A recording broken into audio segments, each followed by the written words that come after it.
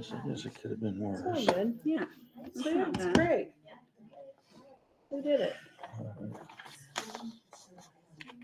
You want me to wait for you? Are you ready? We can get going. Can't hear you. Okay, then I will start sending. I need to get Justin some. Like, Half the time he's like, Okay. "What did you just say?" And I'm like, Susie's always on my ass. Are we ready? Yep. Because when I let them off at 9 in the morning. This meeting of the Board of Directors for Clear Valley Schools is now in session. Please join me for the Pledge of Allegiance. I pledge allegiance to the flag of the United States of America and to the republic for which it stands, one nation under God, indivisible, with liberty and justice for all. Thanks. And again, I apologize to all of you for not being here on time. Your pay will be docked. Yeah, well, take triple. It deserves triple. All right. Well, then we'll start tonight's meeting with a motion to approve the meeting minutes from our regular meeting of August 26, 2025. Is there a motion? I'll make a motion. We approve the meeting minutes of August 26th. All righty. I'll second it. Thank you. I can do that even if I wasn't Yeah. here. You can do what? If I wasn't here. he can do it even if he wasn't Yeah, here. yeah. Are any corrections or corrections, I guess? Not hearing any. All those in favor of the meeting minutes approval, say aye. Aye. Aye. Any opposed? None. Okay, let's move. They are approved. Let's move to adopting tonight's agenda. I'll make a motion. We adopt tonight's agenda. Thank you. Is there a second? I'll second. All right. Any changes or corrections or anything that, okay? Don't hear any. So all those in favor of adopting tonight's agenda, say aye. Aye. Aye. Any opposed, say no. It is adopted. All righty, so then let's, public comments and questions. We'll ask the audience first. Are there any public comments or questions? Thank you for your service. Oh, well, thanks. Did you sign in? No, I'm just kidding. Thank you for funding paras in kindergarten, starting last year again, full-time paras in kindergarten last year, this year. Oh, sure. We appreciate it. Great, That's extra thanks. help. All righty. Okay, well, thank you for your comments. And hopefully we can continue to meet your expectations. Anybody out in the netherworld that has a comment, Nathan?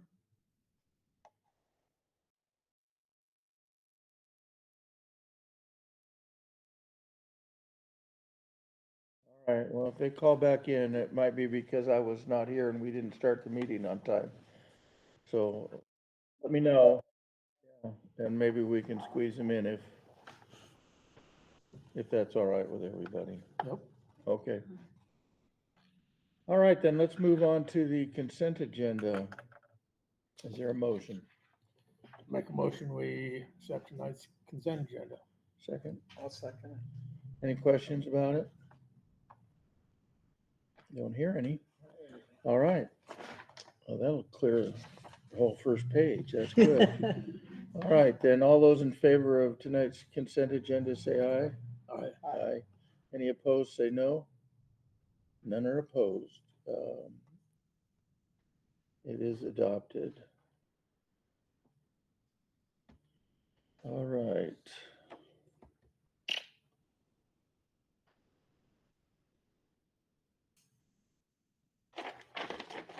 Page 2, reports.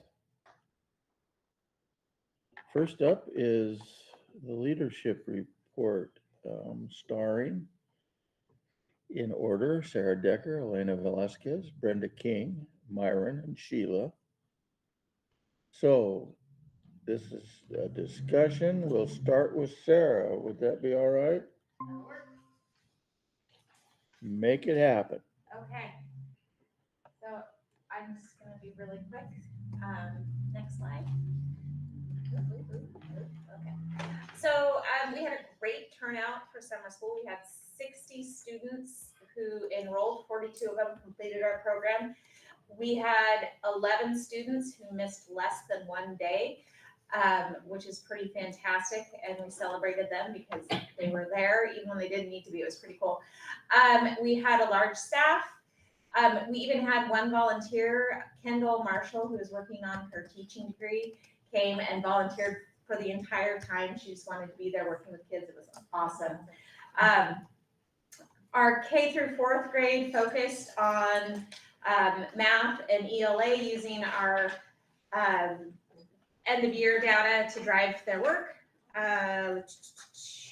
The NOAA showed up for third and fourth grade, and they did some hands-on work with our third and fourth graders around plankton and how plankton floats. It was a really fun day of engaging learning.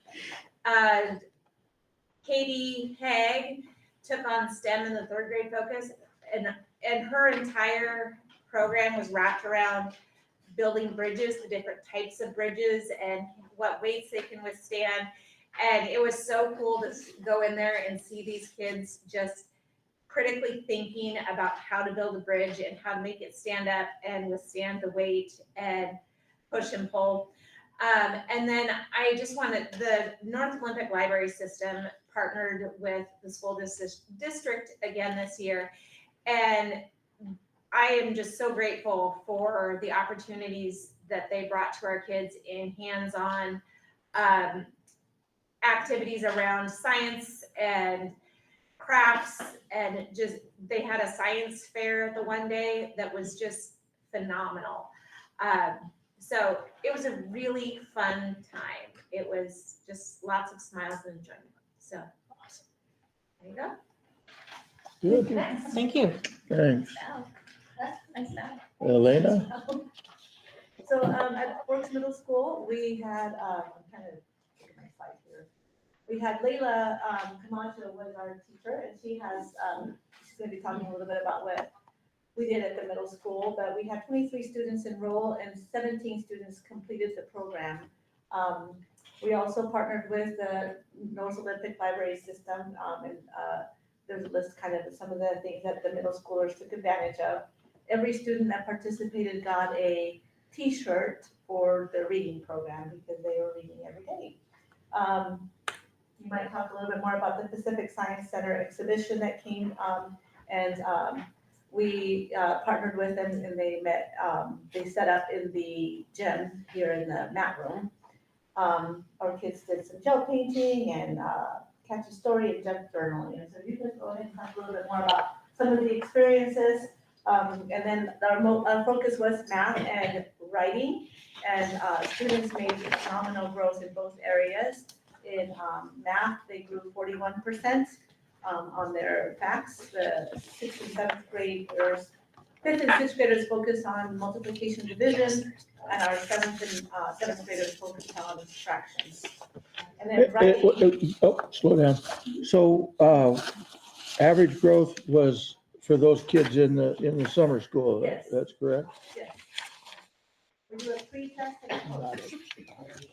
Okay, and were they also were involved with the reading program, and was there some way to quantify progress in reading? We did not measure reading, we measured writing. Yeah. But they were reading throughout the whole summer school program, so we didn't measure the growth. Okay. But they were reading. Well, anecdotally, was somebody paying attention enough to know were there some poor readers there, or were they mostly all reading already? They were reading, they're reading at different grade levels. Okay. We just decided to focus on writing because writing is something that. No, that's fine, but I noticed that they were in the reading program, and I wondered if it did any good. Library touts it, I think it so, always does good to read it, open up and read a book. okay. Yeah, Layla, go ahead and talk a little bit more. Okay, So I just wanted to pass out the calendars. I hope that everybody got one with our activities for summer school for June and July. And then I also have a picture collage. I apologize that it's not in color, but it's just some of the different events that we were able to go to. So we started off and we had this wonderful Michelangelo painting project that we did where the students were literally under the tables learning how to paint like Michelangelo did. And we visited the post office. We got to learn all about how Amazon has the best deal ever on postal items, like even cheaper than stamps. They can get like a whole pallet for very, very inexpensively. And they send mail to the International Space Station, so we talked about that. We I'd like to have also that. got library cards. We had the Pacific Science Center, so we got hands-on science activities. All kinds of planetary science was addressed there as well. We went on a pizza tour of Home Slice Pizza, and I actually got phone calls after we did the field trips from other local businesses that said, hey, could you please come here next year? We'd love to have you. I was like, if I'm invited, I sure would love to have that. We went to John's Beachcombing Museum and the students went and put messages in bottles. So that was just absolutely fascinating. There was a snake in a bottle there. So the kids were very intrigued at that point. It was high interest skills. And we learned, of course, about, why it's important to recycle and not have pollution. We went to Decker City Hardware. We did do the library gel printing, a trip to Tillicum Park. We got the grand tour of Thriftway. And we got to understand too that most shipments come on Thursday. So if you want the best groceries that Thriftway has to offer, Thursday is your day. And they talked about pricing and how they really tried to strive to help our community during the egg shortage. And they were actually losing money on eggs so that our community could be uplifted. So we all really appreciated hearing that. We had the Catch a Story Day at the library. And so I had students that were at the library and I asked them to find the book that was the best. And I didn't know this at the time, but 2 days later, for an event at the library, they actually had the author of that book, which is signed, and it's a very colorful book. The right way. The right way. So there is a right way. I do recommend Rachel Wilson. She gave all the kids autographs. She has a follow-up book, and it is How to clean yourself up after peeing your pants. And where does the ghost go? Well, I had one of my beautiful students say that it was going to visit Mrs. Camacho's house. I was like, oh, I don't know how I feel about that, but I like your picture. It's a beautiful drawing. We also, of course, visited the Timber Museum. So there were so many students in the community that I had no idea had never been to the Timber Museum. So that was a really rich piece of Forks history that I felt every student should know. We went to the Upward Bound section of Peninsula College in Port Angeles as well. And we talked about how when they are 8th grade students, it's really important for them to apply because they can actually get additional funding. And I think it was $100 a month. I'll have to ask. My mom is actually the program director there. Her name is Annie. They can get additional funding. So on top of like all that scholarship money, they can be saving and getting into like more of a college mindset. So on top of having like all the generous support from our community in Forks with the scholarship option, they can also get money for free books or other appliances from Upward Bound as well. So just one more extra opportunity. And I think that was like the overarching scheme was to give them every resource possible that our community had to offer and also build math skills and writing skills. So we had one student I was very impressed with. This student had a 504 in this area, and they went from 14 multiplication and division facts to 100 facts in 5 minutes by the end of summer school because they had that individual support from teachers and from fabulous parents like Mr. O himself that really were supportive and helpful for that. As far as writing, we did Wait, back that up again. The numbers again? 14 correct problems in 5 minutes to 100 correct problems. And this is on a sheet of paper that Yes, you we add, charted subtract, multiply, every single divide day. kind of Yes, thing? Oh, cool. yes. That's excellent. So we had very strong growth there, and it was wonderful to see. Do we use that in our school? The multiplication and division practice? Well, to make that kind of progress. Do we make that kind of progress in our school or just in I summer hope so. school? I'm not the math teacher, I teach social studies, but like. But it sounds like it was, It was part very of the- effective. huh? It was very effective. Yeah. It was a daily practice. It was. It was a routine. routine that they would go in. That's We the used to call old that fashioned way. Fast math, is that what we still call it? Fast math? Okay. That's The math. old way is the good way sometimes. That's Fast old, math. that's old Yeah, man. wrote Day after No day, notebook, pen and problem paper. after That's what problem. something to be said about that road. Yeah, okay. So we're going back to it? Well, a mixture of things, Oh. right? You want me to teach? Sure. I can teach the old way. And then the very final thing that I just wanted to also say was we had tremendous growth actually in our writing skills. So at the beginning, students were assigned an assignment to how to make a peanut butter and jelly sandwich. And some of you teachers have probably heard of this before. So little did they know that I was gonna come in dressed up like an alien. And like I had never made one in my life. And I had the peanut butter and the jelly. And at first, some students only had like a single piece of bread, or they didn't use details like unscrew the lid on the peanut butter. And so some of them only got an empty plate. But by the end of the program, they knew that I was going to really test out the details in their writing. So we had a lot of great growth and success, and certainly a lot of growth with their writing. So I felt like we made great gains with math, we made great gains with writing. I didn't chart the reading, but that would be a good place for improvement if there is a next time. And I just wanted to also thank the board. Thank you for hiring my son. He's very excited to be here, and I'm very excited to have him here. What do we hire him as? As a paraeducator in Oh, the middle school. is he So at the here? end of the program, 13 students got an edible peanut butter and jelly sandwich. Oh, because they could make it. Everybody- Ah. The other one's got a piece of bread with a jar on top. That's exactly what happened, yes. Awesome. Thank you. Thank you. So you said they put a message in a bottle when they're at John's Yes. Beachcombing Museum? Yes. So what's John gonna go take them out and throw them in the water I somewhere? would or what? assume so, but yeah, so they got to look at messages from all over the world that he had collected. Oh, cool. Oh, And in all sorts of languages, and even some, I think it was from like 1992, someone from this area locally, that the bottle came back. So it was pretty Oh. incredible. And we want to thank him because he let us in for free, like he did not charge our wages, his fees. Nice. They did the Timber Museum too. I don't think any of the local we had one business charge us. Everybody else was like, if it's for the kids, we support them. So Awesome. that was pretty Oh, incredible. charger. Sorry. So one last question about the art day. Was it required that they get under the tables to do the art? We were trying to give them a sense of realism. So we also painted with eggs. It wasn't the only art project. We did a STEM art project where Thriftway gave us all these boxes. We packed them back and we designed Blue Ribbon Castle and another castle. I can't remember its name. And at the end we stormed the castle. So there were many art moments, but that was just one of them. Okay, so the whole idea on the, under the table is kind of like repainting the Sistine That's Chapel. how it was really done. Yeah, Yes. yeah, okay. how'd they do? The underside of the tables are very pretty. We did it on a nice wood floor, fortunately not on the carpeting, but we had to lay like socks down and things, so.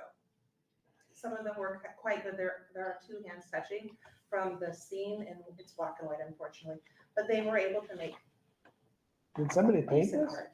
Yes, Oh, yes, so it's the hands on that. that's pretty good. Yeah, I thought it was really, Hands are hard. Great, well, thank you. thank you.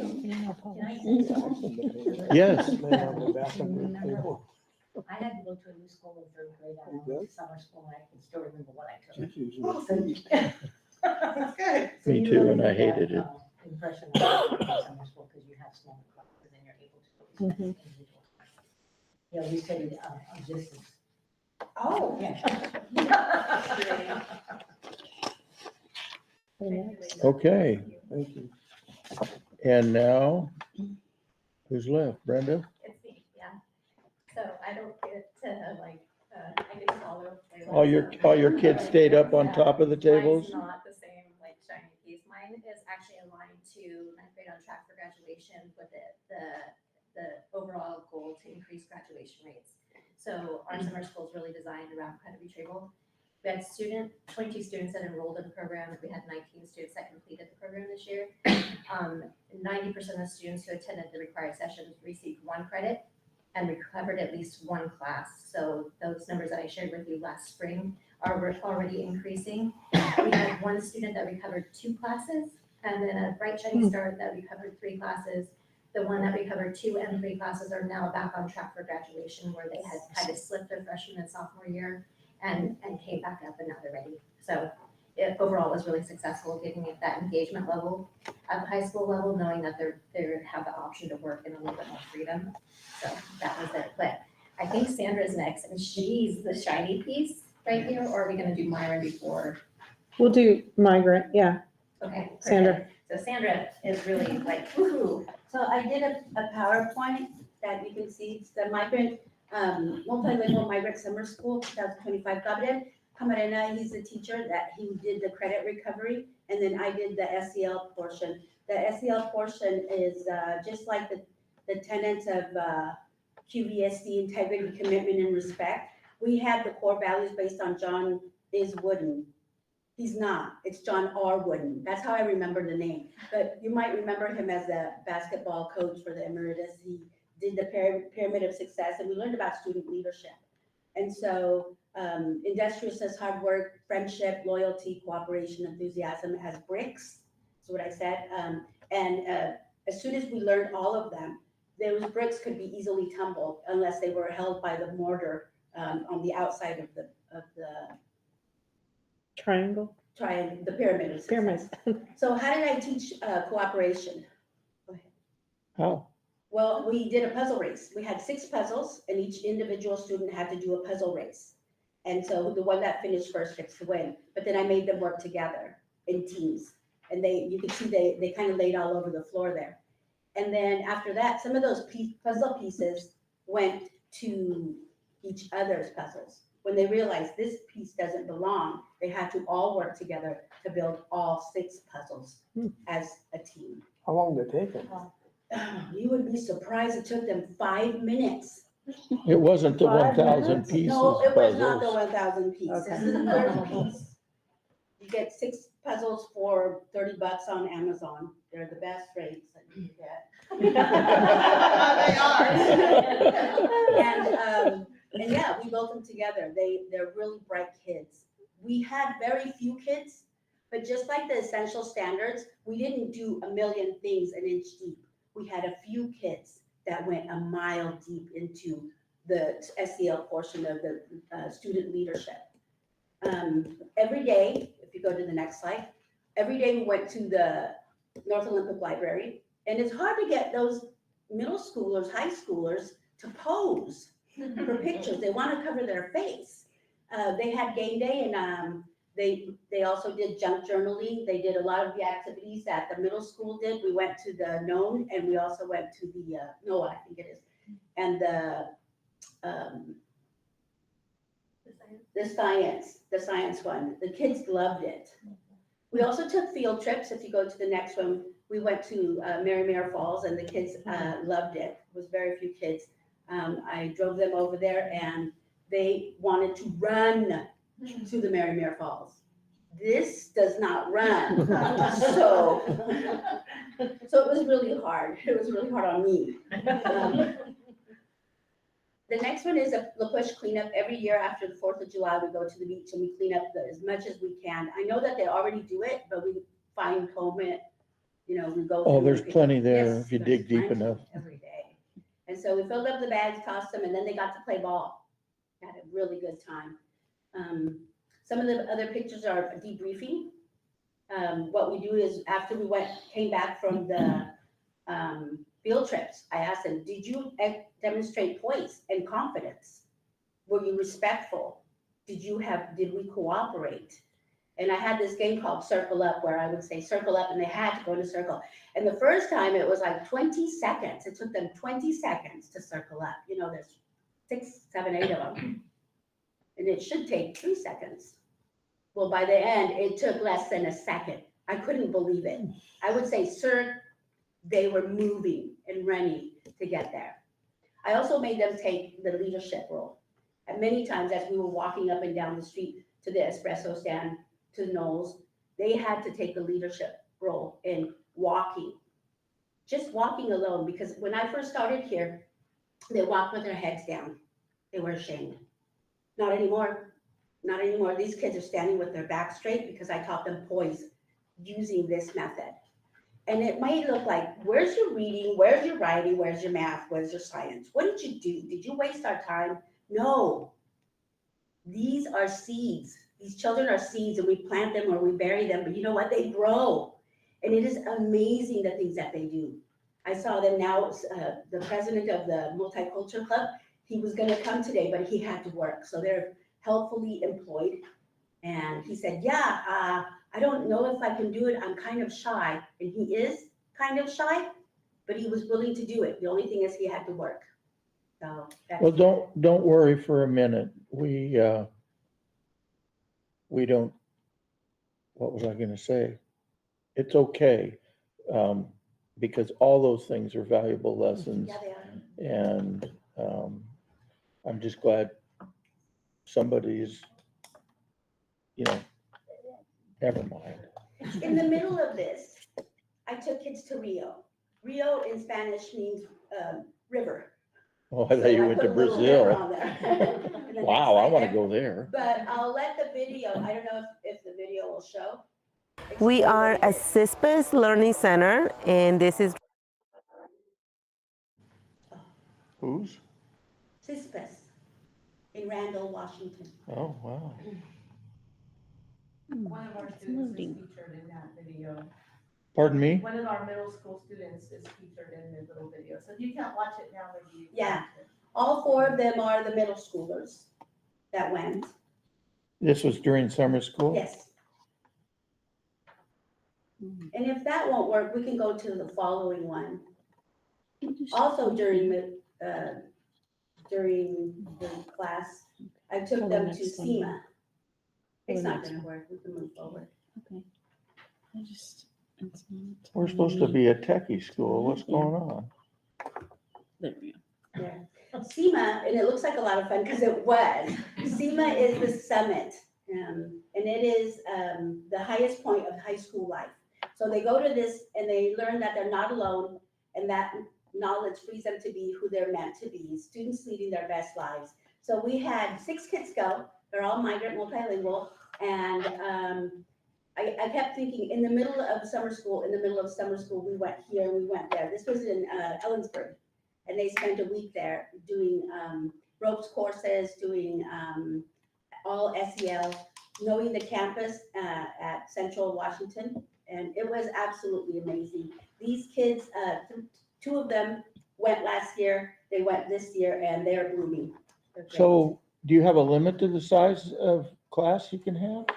The ones that I can drive, like I can't drive a bus. So Okay. I filled up the van as best as I could. There were 6 Okay. kids. So if you'd had 21 kids, you couldn't have done this, or they all couldn't have gone, or? Yes. If I had 21 kids, if we had 21 migrant students, we could bus them. And so is there Take a a bus. fund, is there a, This is so, paid through so one that of our if we grants. needed, so if this catches on, which I don't see why it wouldn't catch Right. on, we could get a bus driver and a bus to Mm-hmm. take them so that you're not limited by that? They use a transportation called Starlink, and it's a private bus that comes out to Forks and picks them up. To do what? To do To this? take them there. I It's thought a you drove cost. them. I drove them because it wasn't a cost to us, except for the mileage. But if the bus comes, then it costs per student. So, Okay. That's why I drove Is them. it cheaper than us driving them out? We were, so is this, good question. this is funded by our migrant grant, one of our grants. Mhm. And Yeah. so It's a federal Um, grant. what we needed to send, what we found is that parents will not allow their kids to go unless a trusted person goes from the community. And so in order to send somebody, it just makes sense to send them with our funds and our transportation. We could, Right, in so theory, what I'm we could saying in is- theory take a QVSD bus if we had 21 students. Yeah. We could also do the other route, which you put the kids on the bus, but it's not as trusted for parents and preferably. Oh, I thought you would be Mhm. going on that bus too. I went on the Rio bus, then I had to find transportation back because I didn't get to stay. So Why that not? was Why didn't you get to stay? Is something else going on or? because of the facilitation and I was doing summer school. So Oh, during that would summer be- school. But all your students are here. No, there were 4 from the middle school that I borrowed, and then Oh. they got put back into the summer school. Those are all That's what I was logistics that doing. we could work out. Okay, because Yeah, money definitely. shouldn't be an issue here. It's not an issue Okay. Yeah. All right now. And will you talk about the first time that you took kids to this, like what the number was, like statewide and how it's grown? Yes, the very first time that SEMA had 13 students for the visit, 13 students statewide. It has turned into 300 students. And that's why, like you said, it catches on. It catches on, and why can't we take more? And Why not? it's for a week and it's in It's for- Ellensburg. For 4 days. Okay, a week with Yeah, travel. And it's really good exposure for being on a college campus where our kids really do well at Central for whatever reason, but it's a smaller, our kids really perform well there. Okay, Um, and so they're learning all these basic bricks that we saw. Social emotional learning. Yeah, yeah, that's cool. Thank you. Thank Awesome. you. And that insight. And what I was trying to say is, all of what you teach, whether it's reading, writing, arithmetic, social skills, the pyramid, that's all great stuff. So you don't need to worry, in my mind, that you didn't get a math score, Right. okay? We did the pyramid of success score, and all of the students increased Good. their self-awareness of each of the skills. Well, I think they all should be very proud of themselves and should show it Thank you. at every opportunity, even those that, all of them, not just the migrant kids or the ESL kids or whatever. I need some chocolate. So we have insight. Yeah, okay. Yeah, so Franchise School in Washington, we offer a summer school for our high school program, primarily trying to help with credit recovery, helping get kids back on track to graduate on time. So this last year, we had students take 911 courses. 557 of those courses were passed, which equated to 278.5 credits earned by our students in the summer. This also generated 32 additional graduates from our summer programming. And we had about 18 teachers offer courses at various times during the term. So we served a total of 357 students during our summer school program. And the little chart there kind of shows the grade band distribution. You can see a lot of them were senior heavy. A lot of that's just trying to push those 12th graders to try to finish on time or to get caught back up on courses to get them back on track for to maybe a 5th year senior graduate or a to kind of help them get closer to graduation if they weren't able to graduate on time.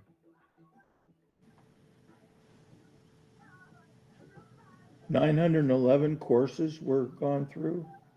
Yeah, that's how many courses students took. Out of 357 students, they took 911 courses total. That's crazy. We ran 2 sessions. In each session, kids could take up to 2 courses. Wow, great job. It's awesome. Tell those teachers thanks too. Yeah. And we're able to provide this because of our LAP dollars. This actually is funded through LAP. And so we were able to do that basically at no cost to our families. Good. Okay. Anything else, Sheila? You got anything to weigh in We on? are Assistance Learning Center, and this is. I don't. Myron's got this. Okay. Wow, good job, you guys. I don't know, I All- just wanted to thank yeah, all of everyone them. for a great summer. Yeah. It was awesome. Kind of makes it for a short summer, I guess, but lots of fun. It does. Why don't we do that with all our students? Well, it's optional, but I was impressed with the level of commitment and the kids who finished. By finishing, they can't miss more than 3 times, I think is what we deem. We have a standard so that we can say who finished and not, but excellent work, for sure. for all of us, all of our schools. Yeah, good job. All right, next we have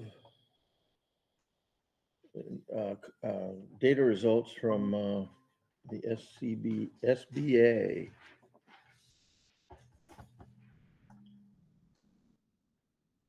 Who's doing that? Principals. Oh, Smarter Balance Assessment. All right, lay it on us. My elementary babies. So, the spreadsheet that I'm giving you looks a little bit different than the scores that come from YA.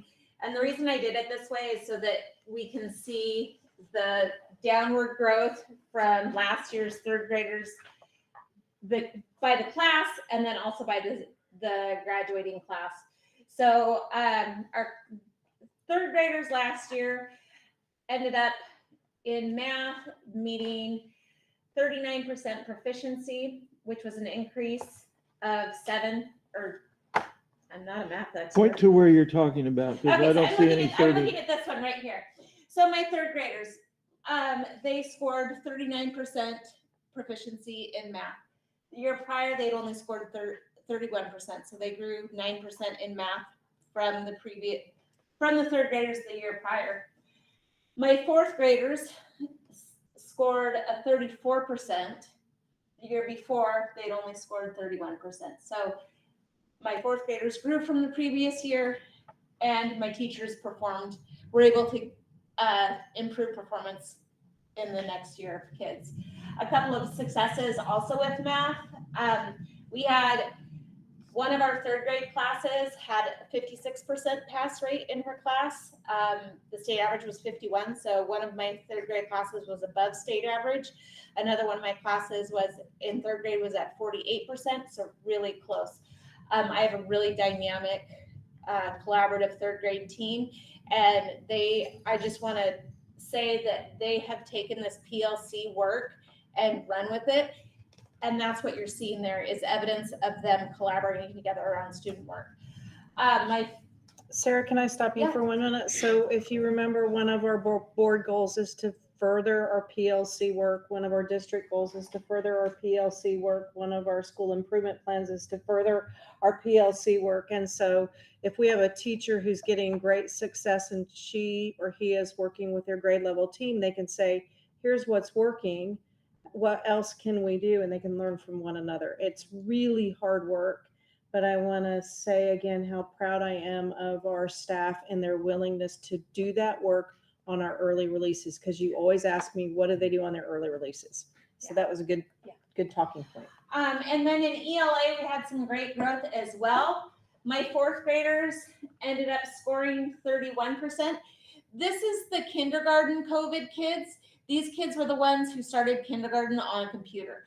So they had with face masks. So I'm just going to share this as a principal in a school where kindergarten teachers were teaching with masks. One of the things that kindergartners do is phonics and phonemic awareness. And you're going like this. F goes F. And so our kindergartners learned how to make sounds with face masks on. So I really do feel like we see evidence of their stalemate in their scores, because a lot of that just human touch that happens wasn't happening with these kids for that year. They lost that. So this class has performed, their bar is a little bit lower. I'm hoping that we'll see gains in this, and we did. So last year, last year's fourth grade class ended up with 18% pass rate as third graders. As fourth graders, they were up to 31%. So that speaks, that's huge. And then our third graders, again, that group, the third grade class the previous year only had 18%. This year had 42% pass. And of that, again, we had some real dynamos. Our third grade ELA scores were 24% from the previous year. We had one of my third grade classrooms, the same teacher that had 56% pass rate in her math class had 61% pass rate in her English class, in her ELA scores. Another one of the third grade teachers had 57% in hers. The state average is 49%. So that's huge. That's huge. And then our fourth graders, again, like I said, they improved in their scores by 13%. So there's my SBA scores. I also want to give a shout out to the rest of my grade levels who don't do SBA scores. And I'm going to highlight my kindergarten who is here. So all of our grade levels take the iReady progress monitoring throughout the year, and that's how we track their growth throughout the year because they're not doing the SBA. My kindergarten team had, let's see, they ended the year with 72% of their kindergartners on grade level for reading and 66% on grade level for math, which is pretty huge. Kindergarten people Yeah, raise up. my kindergarten team is amazing. Yeah. Nice work. One final comment on my SBA team. These third and fourth graders, this is the first time they're taking this standardized test. And I know that you guys had an opportunity to look at it, have had an opportunity to look at it and how complex it is.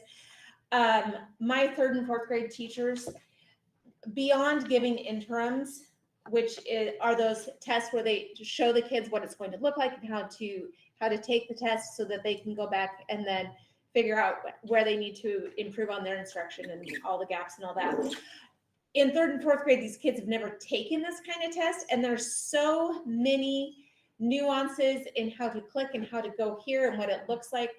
It was really incredible to see the amount of time and effort that my teachers took in saying, okay, today we're going to log in, we're going to click these buttons so you can learn how to do this. We're going to log in, we're going to do this, because learning how to do something is just as big a barrier as showing what you know sometimes. And so I just really want to kudos to my teachers for taking the time to teach the kids how to do it so they can truly show what they know.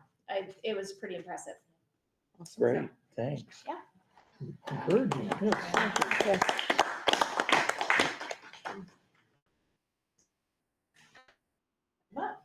Works Middle School. So I don't have the year-to-year comparison. I will be sharing more details on that when you do our school visit in November. I think is when you come over to do our spotlight of success. But for middle school, I do have last spring scores. A highlight there is that a fifth grade ELA, we had 53% meet or exceed standards. So the blue is students, the percent of students who exceed standard. The green is the percent of students who meet standard, and the yellow is the percent of students who are at basic. So basic means that they are on track to graduate, but not necessarily on track to go on to college. And so we have a lot of work to do, as you can see, especially in math. We have adopted a new math curriculum, and our math teachers got the training. They're very excited about the program. It's a lot more engaging for our students, a lot more like the basic, like you're talking about, like practice and do the work on paper and less computer. But we also need that computer practice. And so we are looking forward to seeing growth in math for sure. And our iReady scores do show a little bit higher rate there. One of the things we noticed is our students, especially in 8th grade, they were like, oh, I want to retake the iReady test. And so when they do the iReady test and they go, I should have done better, or I just was clicking buttons, can I redo it? They asked if they could redo the Smarter Balance, and you don't get to do that. Smarter Balance, you take it one time and then that's the score. So we got to do better on training our students as far as got to do their best every time.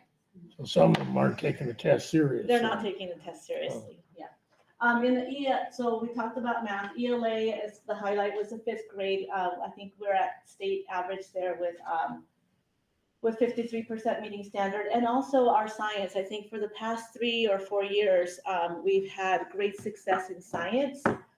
We are either at or above state average for our students that are meeting science standards in 5th grade. I think that's a lot has to do with our Open Sci Ed, which is a program that Jen Leverington has invested a couple years of training in. And she went this summer to be a trainer for the program. So we're hoping that we can grow that program up through 8th grade. And then I think we were talking a little bit about doing it down also at the elementary level. Because one of the things we know is that the real math and ELA happens in science and in social studies, and that's part of the PLC work, the professional learning community teams. They're starting to take a collective responsibility on teaching reading and writing and math to all students, not just, that happens in ELA. History teachers don't have to worry about it. No, it's everybody's responsibility. And they're starting to take that collective responsibility, especially this year with common assessments and looking at how we're going to assess the essential standards so that we can really see what is this test assessing and how are we going to measure that throughout the year. And that's all I have. I don't have all the other little details that you have, but kudos to our teachers.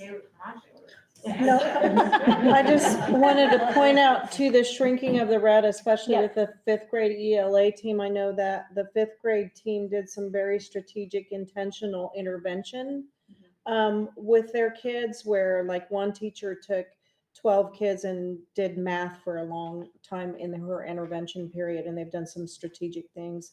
But again, and that's coming out of that PLC work, the time that they have in early release there. And it is hard work because teachers have to work together and really talk about student performance. So it's not just, we'll show up and talk about things, but it's very intentional. So it's the reds on the last year and then this year. I mean, not this year and last year, but the reds would indicate, because they're so evenly matched, that there are, as Mike said, a lot of kids that aren't taking it seriously. And so so we see some percentage change, which is always a good indication, but we really don't have a good solid picture of where all our students are because of that fairly large contingent of kids that don't take it seriously. Well, and I think that's changing. Just the fact that some of our 8th graders who are now 9th graders ask to retake it because it shows that they're starting to care, and it shows that they're starting to take academics more seriously. And so that's a change in culture that we had to shift due to COVID. It's like they were at home in their pajamas pushing buttons. And I know I'm not going to use COVID as an excuse, but because we're beyond that, but it's time to start taking our academics seriously. And so our teachers are helping our students understand that this is important. And it starts at this level with your academic goal of 90%. The fact that this is the very first time the board last year talked about all means all, and it did not come from me. They literally had a very hard conversation. We have been doing solution tree learning together 3 times a year as a board. And one of them was setting goals at the district level, where then the schools set their goals underneath and then the teachers set their goals. And these guys were the ones who said, if we don't do 90%, we're selling kids short. If we don't set the bar and we don't talk about how important learning is and taking the test, then they're never going to do it. It's the contagious efforts are starting to happen. I really believe it. And it's hard work. I just would like to ask, when you were a 5th grader or 6th grader, 7th grader, or 8th grader, did you take your test seriously? I did.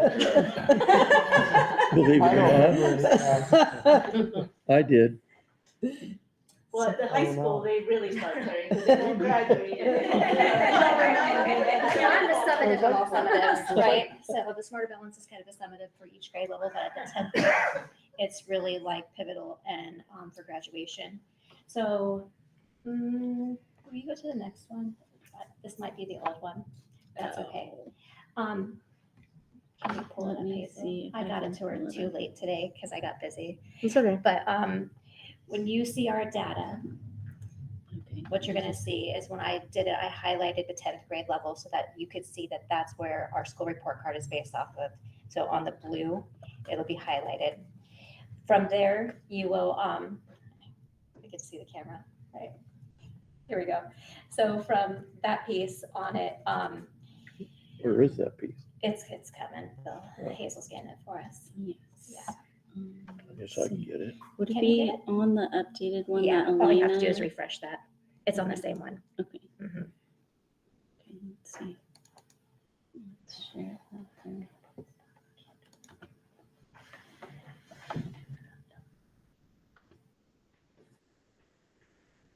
Yeah, let's try. Okay, thanks, Hazel. No problem. Way to pivot. Thanks. Let's see if it works. If not, I can pull up my screen. Okay. Okay. Is this looking better? Yeah. Yeah. So what you're gonna see right here is 10th grade, 11th grade, and 10th grade. So those are when it is actually on our school report card for our WISF data. So when you look at whether or not we're on track for graduation or what our graduation passing score, or not graduation, but what our SBA passing rate is, they're taking it off 10th grade. For 11th grade and 12th grade, students get to retake that so that they can meet passing either the graduation cut score or they can meet a level 3 for college entrance. That if they get a 3, they're automatically accepted. They don't have to take college entrance exams. So with that piece right there, our data is not, just like I said last spring, our data is not where we want it to be yet, but we're really focusing on our curriculum gap analysis and looking at last year's 8th grade data, which is this year's 10th grade, to identify our low-hanging fruit or students. And there's about 12 or 6 in math and like 12 in ELA that if we got them up with the ELA, we would be at a 78% passing rate. So we've been working as a school improvement team and as a staff to identify our school improvement plan and to get us on that level with 90% passing rate. In my big fat huge pile up here. Brenda, can I say something really quick? Mhm. So the discussion at the superintendent's level is, if you remember last session, we put in you passed our new graduation policy procedures. There are multiple ways to reach graduation where it's not just the test anymore. They can do it through ASVAB, CTE pathway. CTE pathway, dual all credit. these, and because of that, our kids don't see the importance of the test again. But we believe that reading, writing, and basic math skills are critical in our world. So we want to again teach our kids the importance of test taking. It should be an ordinary day where they learn on grade level in their classes. They take the test, they pass, and they graduate with that. But because of all the competing things, we're not the only school having a hard time with this, where we're trying to figure out how do we incentivize so that our kids take the test. Why wouldn't we want our kids to take the test and do well? And so that's what all of this discussion is really about. And it's about increasing teacher practice as well. So what we've done is we've taken it and broke down the data to do a curriculum gap analysis to figure out what targets, which of those essentials that we were having holes at. So this right here is math. Right here, we're doing really well with target B, right? We're almost there to have all these pluses, but there's one component, one strand of it where we just need to modify our practice a little bit to get our students up over there. So we've started the curriculum gap analysis early on. We're going to continue with that with the PLC work. So that way, as they're doing this and continuing with their essentials, their pace, tell me the word, not the pacing guide, it's their unit plans. The unit planning. And their proficiency skills. They're going to be ready to make those things happen. So I'm really hopeful that we're going to see a lot of growth this year because of the work, the 90%, the work that our staff's doing and the buy-in that we have. There's not one teacher on staff that I think that wakes up every morning and says, hey, I don't want to come here and do great things for kids. So I can't wait for the spotlight on success because I'll have more data for you to do a comparison. Like Elena said, from last year's data, the fourth graders, like Sarah was showing you, fourth to fourth, and fourth to third or third to fourth graders. So we'll have more of that breakdown for you for our Spotlight on Success.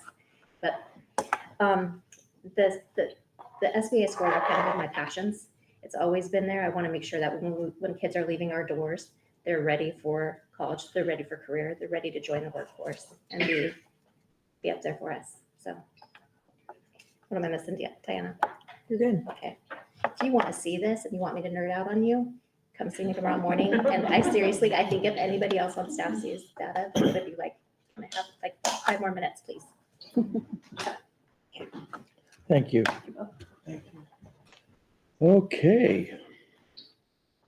All right, I think we're up now in Washington. And so I tried to put everything on one slide because we have multiple grade bands, right? And then to what Brenda was sharing as well. We don't have as many kids that take the 11th and the retake SBA, because most of our kids, if they don't pass SBA, they tend to do the CT pathway to graduate. As Diana mentioned, we have multiple pathways to graduate, right? And so as you can see, what I've done is try to give you ELA, math, and the science test. The reason there's 2 columns is what I'm doing is kind of showing you what happens when we look at the kids that were full academic year, and the kids that don't show up to test, they count as a 0 when the state does their WSID calculation. So in 3rd grade for ELA, we had a 30% passing rate for FIY. And just so that you're aware, that is almost double what we were 3rd grade last year. So 3rd grade last year was like 15%. That was 30%. So we saw some major gains there. This has a lot to do, we believe, with the work we've been doing in our K through 3 reading intervention, the use of Amera, and trying to get kids really early reading.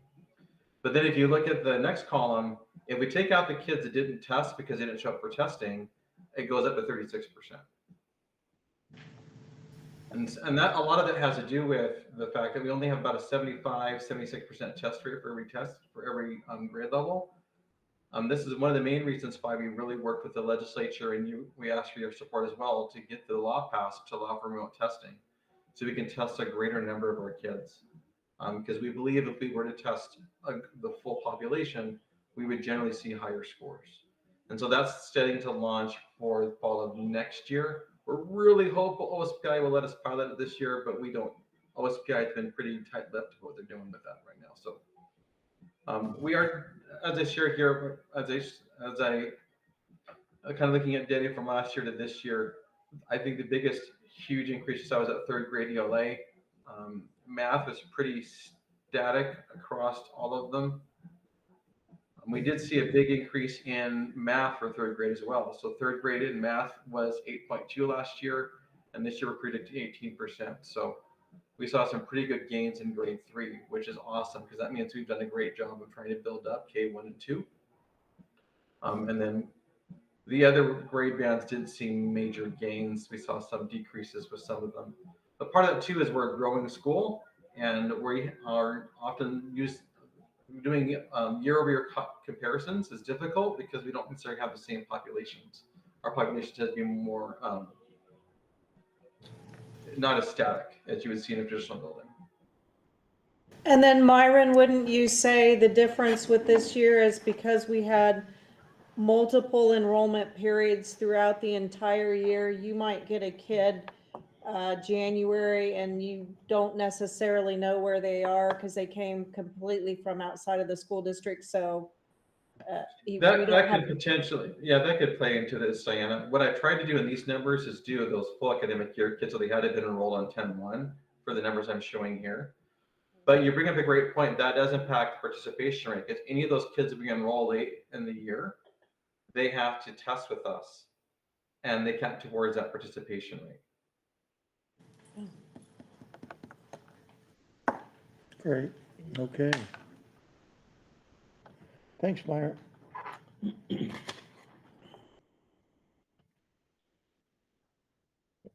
Okay. That does it for reports, if I'm not mistaken. But I might be. Am I mistaken? No, you're good. Okay. Superintendent's report. Opening of the school year. Just wanted to say that we had a great opening. That honestly, this has been the quietest opening that we have had. We had great participation on our welcome back day. We had a full 3 hours of training with Character Strong where every single employee participated in the training. And it really was about how to engage students and how to regain when students have unskillful behavior. They did an awesome job with our entire staff. What I wanted to report out is the trainers go around and do a lot of trainings, and they said sometimes they can go to other districts where it's doesn't have the feel that our district had. Like the trainers said our staff was very collegial and very accustomed to professional development. He could tell that we have systems in place for that. So he was very appreciative of the climate that we have built for our staff. So I just wanted to say kudos for the staff. And then the first day, walked through all the buildings. Staff were at their doors greeting students. I learned that we have a full ECAP program. Our numbers were cut to 48 this year, but we have 48 students, and I think they're getting a waiting list. I believe we have 52 kindergartners as of today. We're just now getting our enrollment numbers in. Lindsay's doing the report for that to OSP. I think it's due here within the next couple of days, so I'll report on that. But kudos to the staff. Great beginning. Excellent beginning. That's more kindergartners. Isn't that more? Yeah, than we five? were at 43 at one Yeah. point, so it's a few more. We lost one or two and gained a couple, so we'll just How see many, where that is. how many, we have two We have- kindergartners, we four have- kindergarten teachers? We have 4 kindergarten teachers, really 3 right now. One is out on maternity leave. Not that we would probably split unless it gets really big. I don't foresee that happening, but you never know. And when she returns in December or January, I can't remember when, she'll help with kindergarten pushing in. We'll figure all that out. Did I say that right? Yep. Okay. That's correct. With pushing in. If for intervention and meaning she So might we'll keep assist, four, we'll keep 4 teachers kindergarten there. teachers, Yeah, even though we have have 3 52. classes Okay. Yeah, and good, paraeducators. good, all right. Okay, thanks. Small and rural school study. So every year, or every other year, a legislator puts forth some kind of proposed legislation about combining small, school districts. So of the 295 school districts in Washington state, half of them are what are considered small sizes. And some of those are shrinking. And so they believe that if they combined small schools into one school district, they would have saved money. And so WASA and WASDA, 2 of the professional organizations, are working with Hanover Research to do a study amongst small rural school districts to see what kind of savings we believe that would make or how that would affect our communities. It's not popular if you're in a small community. So what that would look like is we might, if we were forced to work with Queets, Quinault, or Clallam Bay, or consolidate to make one big school district. It doesn't work very well. No. So we got a call, I should say I got a call to see if we would participate in that study. That's done by a professional organization, and they're going to interview Bill Rohde and me, since we have longevity, just to see what our thinking would be. They're doing a year-long research program, interviewing, I think, 15, if not 20 small school districts in our state to kind of combat that notion that it would save and be better for kids. So we'll keep you posted when we learn more about it. Like Queets, how many students are down there? 20? Maybe, Yeah, not very many. no. So are any of the other schools like that you mentioned, are they part of this study? Do you know? I just saw the list today, and they're really all over the map. I did ask because we're really considered a mid-sized school district because of Insight, whether or not that would keep us from being in it. And they said no, because as far as your brick and mortar students, you're really operating in the old model. I think OMAC was one as well, which is our sister school with WAVA. I can't remember all of them, but I'll share that with you. It'll be interesting to see what comes of this. Yeah. When does it start? Pretty soon. I just got notification today, so I'll get with you. Okay. Just wanted to know that though. Thank you. Well, we don't have a whole lot of board members here, but we got the really, really good ones. Hi Shannon, Kevin. hi Ron. Kevin, have you got any reports? No, went to the football game the other night. Yeah, that was exciting. A long one, Yeah, it was. How's the young man's leg? 2.5 hours. Broken? I had to get a rod in it. Oh, ouch. But I had heard a lot of good positive feedback on the first responder celebration at halftime and how good our cheerleaders look, perform. Just a very well organized event. Good. I tend to sit to the south, so there are lots of the opponent. My Fans visiting team, I seen you down there. Yeah, well, yeah. Anyway, I heard lots, I do it from a spy's point of view. Not anymore if you're saying it publicly. They're not watching us.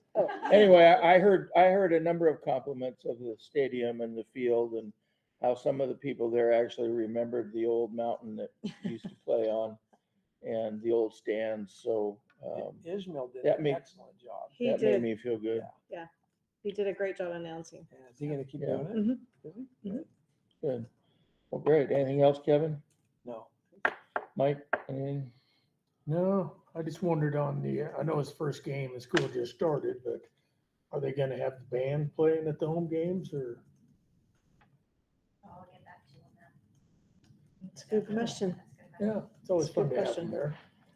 And There's room with some of the music, they could tone it down just a couple of notches. Because I have delicate hearing. It was loud. Okay. Okay.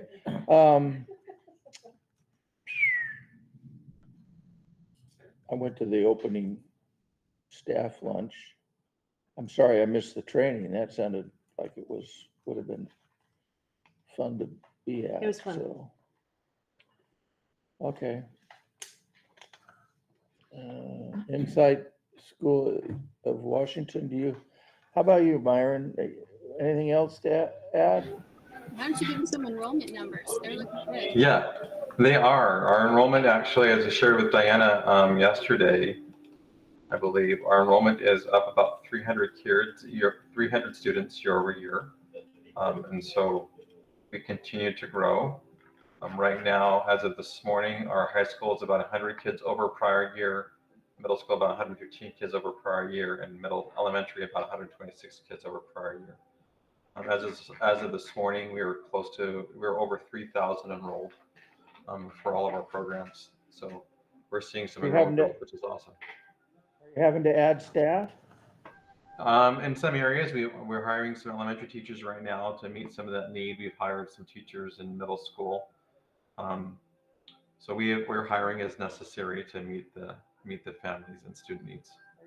Are you having trouble finding good candidates? Generally, no. It just takes a little bit longer sometimes for us. But we generally are. I think right now one of our bigger stresses is not the teaching. We're able to get them. We do have a counseling position that we're still trying to fill. That's a little bit more challenging, which I know you guys have and locally as well. But we have some good candidates now that are in the pipeline, so hopefully we'll be able to make something happen there soon. Great. Okay. Thanks. Sheila, do you have anything to add from a corporate perspective? Well, I'll give a little precursor. Maybe we can give an update next month because school is just starting now. We're only a few days in, but we're doing some platform transitions. We're moving over to Power School. We've been working on this for months and months, but school is launching now, so it's game time, right?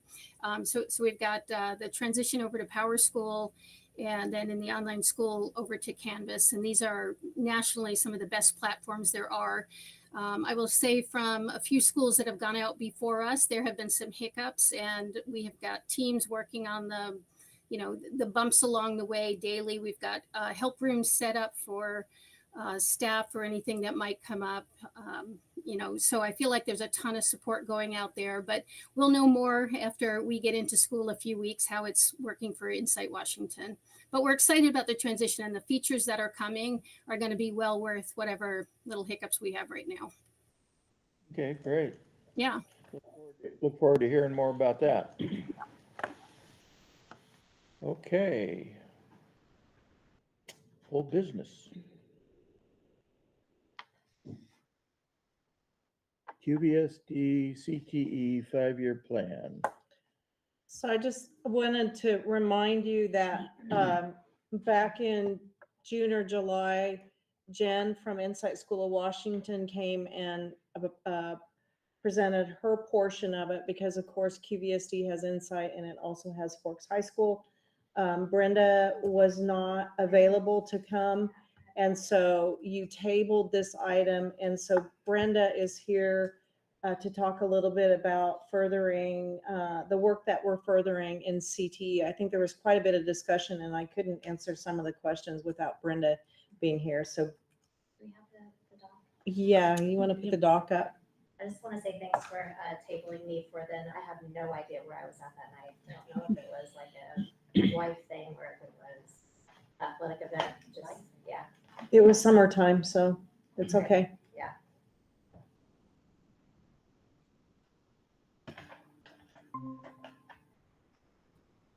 Okay. So I'm gonna have to come closer because I can see, but I can't see. You can stand behind me Yeah, if that you sounds want. good. So currently we hired a autos welding teacher, and if you haven't had a chance to meet him, his name is Mr. Vallejo. He is actually featured on the cover of F100, which I don't know what that means, but it was an auto body welding kind of thing magazine. That makes that sound. Was he the welder. was he the fold out? Say that again. Was he the fold out? Oh, God. Oh gosh. On the cover.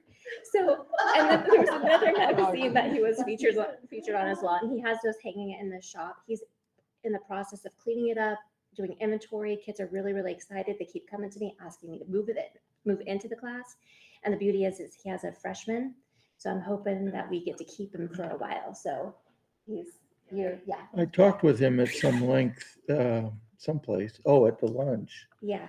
What a It's really good news. what a background, It's and phenomenal. what enthusiasm he had for being here. So He also had a small business. Hazel, remind me what it was, where he was doing some sort of construction, but he was bringing in.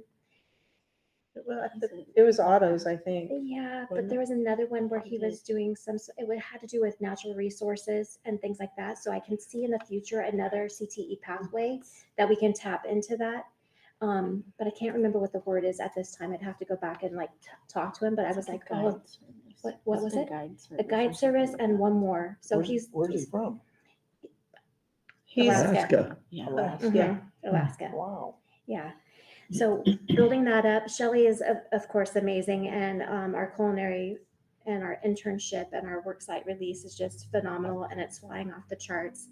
So we have that. We have the ICEV. We are able to offer certifications for all three programs: autos, welding, and culinary. So our students are leaving that program with a certification that will make them job and industry ready. For which one now? All of them. Okay. Yeah, so we got that built up last year. That's through U Science. Before we only had it for culinary, which was the food handler's card. Now we have it for autos and for welding. How many students are interested in automotive? I want to say that he has about 45 students Oh, good. for both classes. And at the beginning of the year it was smaller than that. So we've gotten some more interest because I think that people were leery that they didn't know if they were going to want to enroll in it. But after hearing them and hearing kids talk, I did a lot of movement until last Friday. And then after Friday, I said, sorry, we can't make any more movement. And Shelley's programs are full, right? Cool. Yeah, Shelley's We should programs make are that awesome. public because there's a lot of community members who want I'm hoping that we do this now.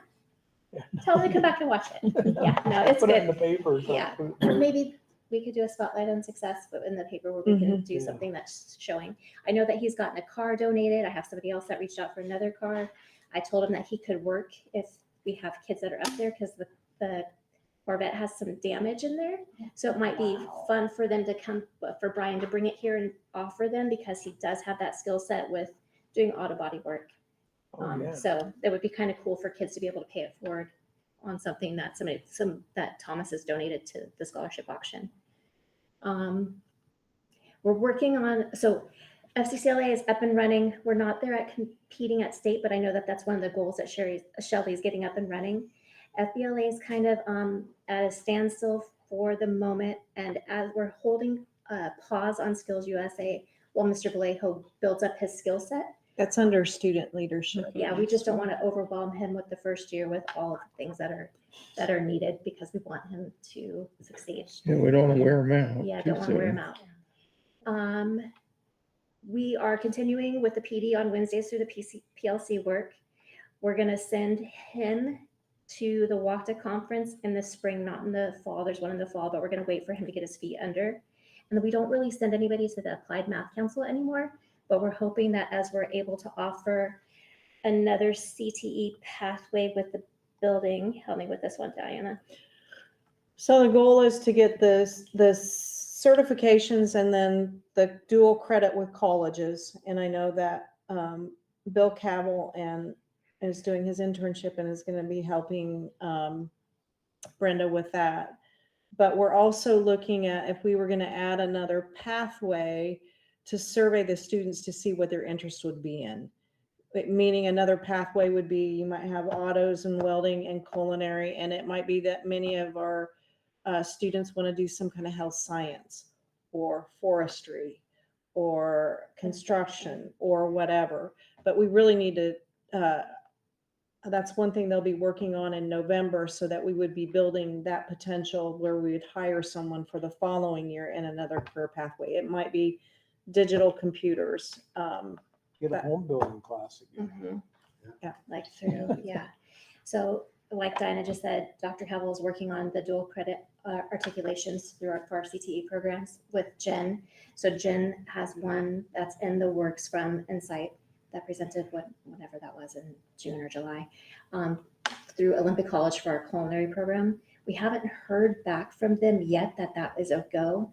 But theoretically, a student that takes Shelley's culinary one can earn 15 college credits if they choose to go into Olympic College and tap into that college credit. So that's that dual credit. We're looking at getting that up and running for autos, welding, and making that happen for our kids because that's just a beautiful thing. We know that we have a number of students from here that then do go to Peninsula College to continue their welding program. So we're looking at getting that articulation up and running through Peninsula College as well. What grade does culinary start at? Ninth. Ninth? Yeah, Mhm. yeah. Same thing with autos and welding. Yeah, because they need a CTA elective in order to graduate from high school. They need one credit, And the auto is how many hours a day? one period, 6:58 minutes. Okay, one period a day, 5 days a week? Yeah. And then I would just say, like, there's a couple of things that need to be updated on the document at the very bottom. And at the time when this was built in May of 2015, Danny Winger was still the autos and welding. So we would need to update that and then we would put Brenda's signature on it. But I would recommend that you approve the 5-year plan. Yeah, the plan, yeah, okay. I had a question, but I guess I don't anymore. Okay, Okay. If it so comes is there a up- motion? I'll make a motion, we accept QVSD CTE 5-year plan. I'll second. Thanks. All in favor? Aye. Aye. Thank you for tabling it for me. Sorry, I wasn't here the first time. Any opposed?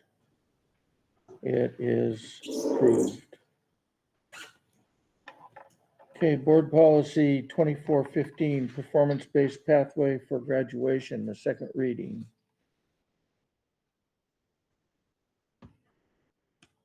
I think we talked about it at the last meeting. Does anybody have any questions about it? Anything further you want to say, Diana? Nope, just meets another graduation requirement, or potential pathway for graduation.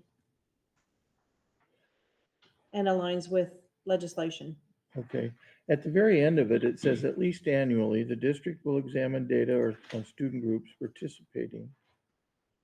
Oh, okay. So you examine it. Are you supposed to do something with it? If we would notice that only one type of student we're only allowing one type of student to do a performance-based pathway, then we would need to look at our practices to see if we're not allowing a certain group of students to do it, Okay, like all right. special ed or.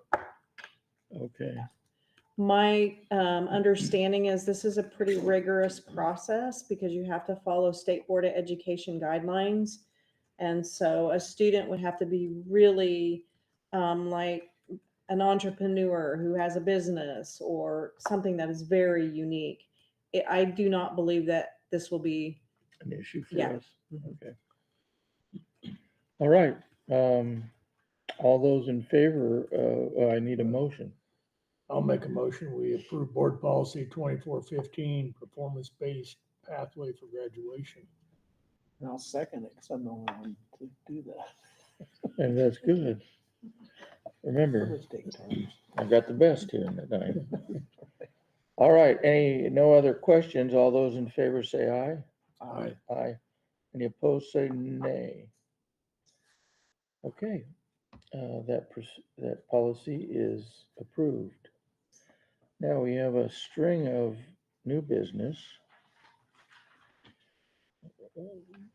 Annual report per board policy, isolation and restraint and other uses of reasonable force. A discussion. So I have a memo and then the restraint, isolation, and other uses of reasonable force. We are required by law. Number one, if this occurs in any of the schools, to report it within 24 hours to the parent or guardian for a written report, of which we do. And then we also have to report to the state at the end of the school year how many incidents we have. And we have to do that by restraint or isolations. And there's a legal definition of that as per legislation. And so you can see at the elementary school this year, we had 13 restraints, no isolations, and the total number of students were 3. By the way, our staff has to be trained on what's called right response, which is restraining and isolation best practices. That would be for any of our special education certified staff and or non-certified staff who work directly with special ed students. I think the law states that those are the teachers who have to have, employees who have to have the training. What would be an example of restraining an elementary student? Let's say that a student is hitting or throwing a chair. Our goal is not to put our hands on kids. That's the last option. At the point that a student is going to harm somebody else or themselves, that would be the point that we would use the right responsible level. And that's when that's the training that. Yeah. So what would the restraint be? There are a variety of different ways to hold a kid. Arms around them, to hold where the child's between us. There's a variety of different ways depending on the situation. There's a way. So you're just temporarily doing that to calm them down? To not keep them safe. Yeah. The goal is to keep them safe. I have found in my experience, it does not calm kids down when you restrain them. But the goal of it is to get them to a place where they can be safe and everybody else can be safe. So is there 13 of them this year already? Not this year, this was last year's. Oh, I was going to say. Wow. Yeah. And then one at the middle school for a total of 1 student. And And then the other thing I think that is suggested that we report, we did have some minor injuries. The goal is to restrain with best practices where they're more research-based practices that protect the adult while they're protecting other students from the student, depending on what is occurring. And there's 2 levels of training. There's and I think that staff have to do the training every 2 years, get certified. I've seen nods out there. And it is a 4-day training. 4-day for the first level and 2 days for the advanced training.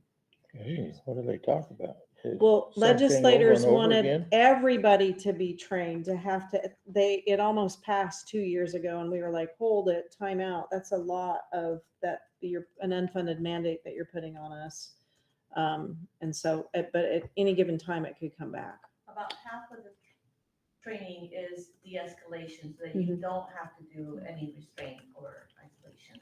So it's really about de-escalating the situation using strategies to check yourself as an adult, and then strategies to de-escalate the student before. And by everyone, are you talking about maintenance, office people, everybody? Okay. We don't have to do that. Again, that was really Right. close to passing in legislation. That would have been a lot. Yeah. Okay. Anything else on that? Any questions about the report?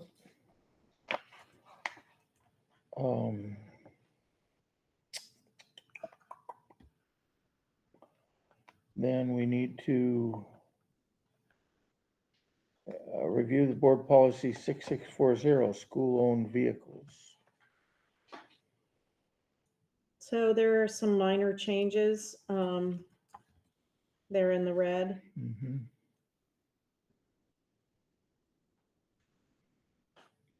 That's pretty basic. though.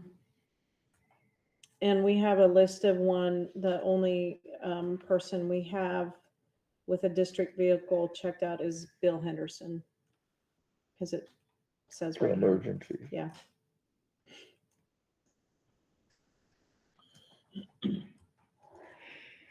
Okay. That will take a motion. I'll make a motion, we adopt policy number 6640 on school-owned vehicles. I'll second. Okay. Any other questions? All those in favor say aye. Aye. Any opposed, say no. It is reviewed and readopted. All right, board policy 2402. English language arts mastery-based learning and credit. This is a first reading. This isn't nothing new though, is it? No, it's relatively new at the state level, passed in 2020, but we've narrowly defined it for QVSD, where let's say that a student does not pass an English 1 or an English 2 course, and then in their junior year, they retake the Smarter Balanced assessment and they pass it, then they could gain 1 credit because they've passed the Smarter Balance that shows that they have those scores. And so we've decided to do that in both math. You'll see the math and ELA. And again, that's to incentivize for students to retake the test and pass the test. Oh. It's the SBA Yes. test? Yes. And what is involved in retaking it? Do you have to get state permission? You have to have a No, special day for it? They just do it in May. they do it in May. Okay.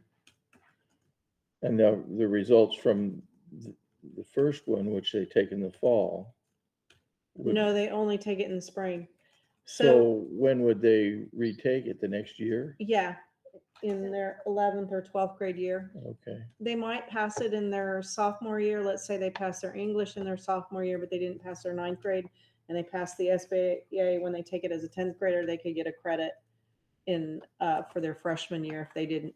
It has to be a course that's on their transcript that shows that they failed and or it was incomplete. I see. Okay. Sounds good. Any questions? Or wait, is there a motion? No, it's first reading. Okay, fine. Very We'll do it important, that, that's we'll what do we it that way. Any other questions for Diana on that though? So my first question was correct. Okay, then let's move on to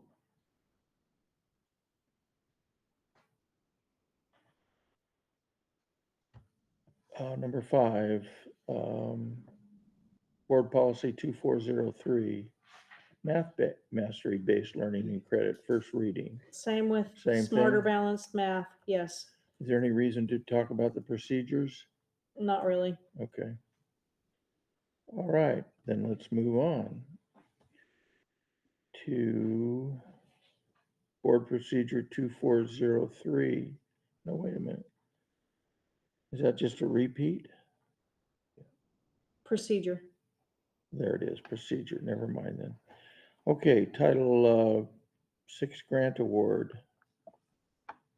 So the Title VI identifies for our registered Native American students or tribal students, registered tribal students.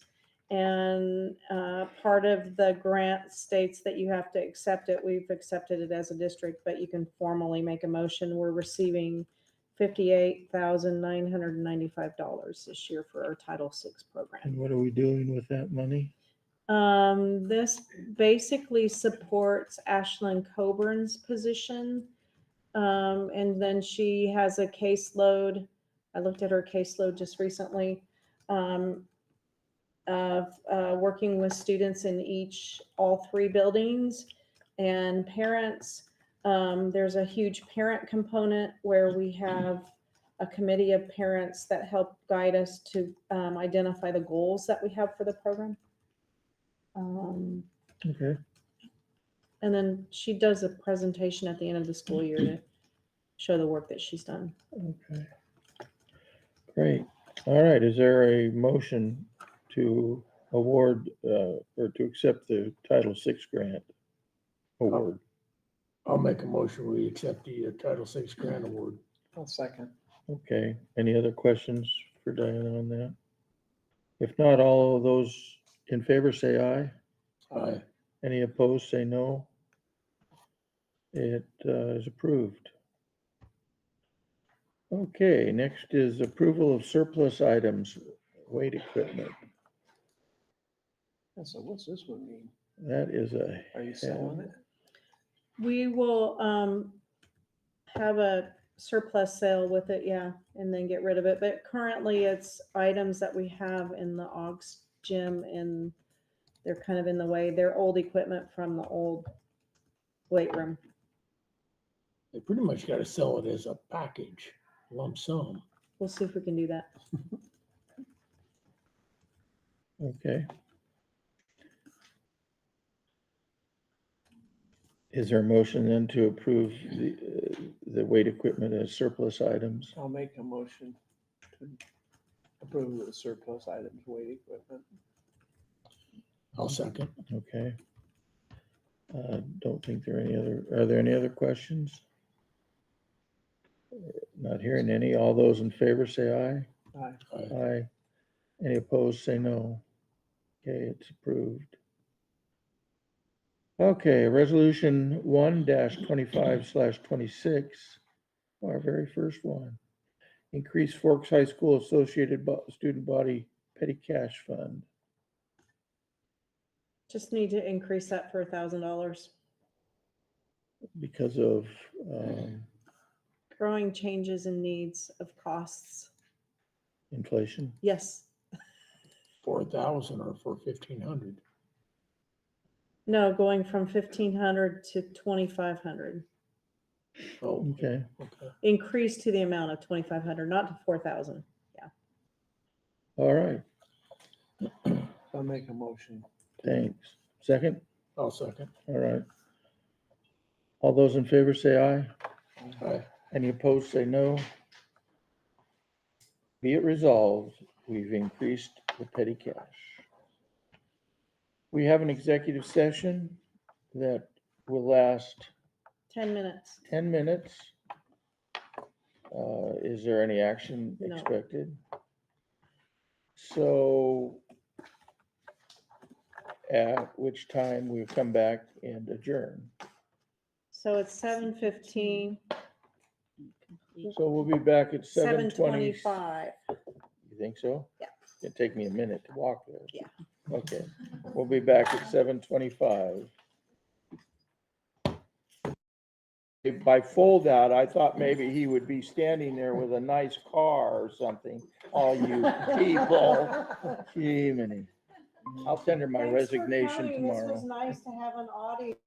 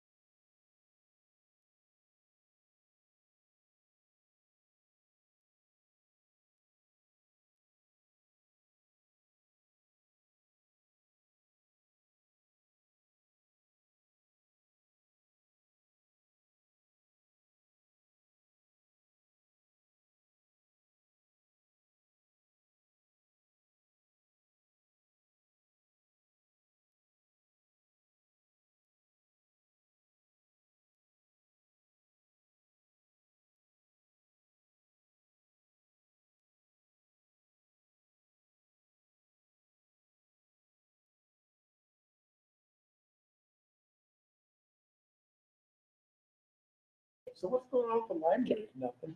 We're good? 7:25, we're back from We've executive got- we're session. gonna We have- are we hired an adjourned. Instructional paraeducator to be. Thank you, Because Myron. we can't find. Bye, a Myron. certified Thank you. Have a good night. Sorry if I- Kathy Johnson. Sorry if I Kathy seemed a Johnson. little. People check books out.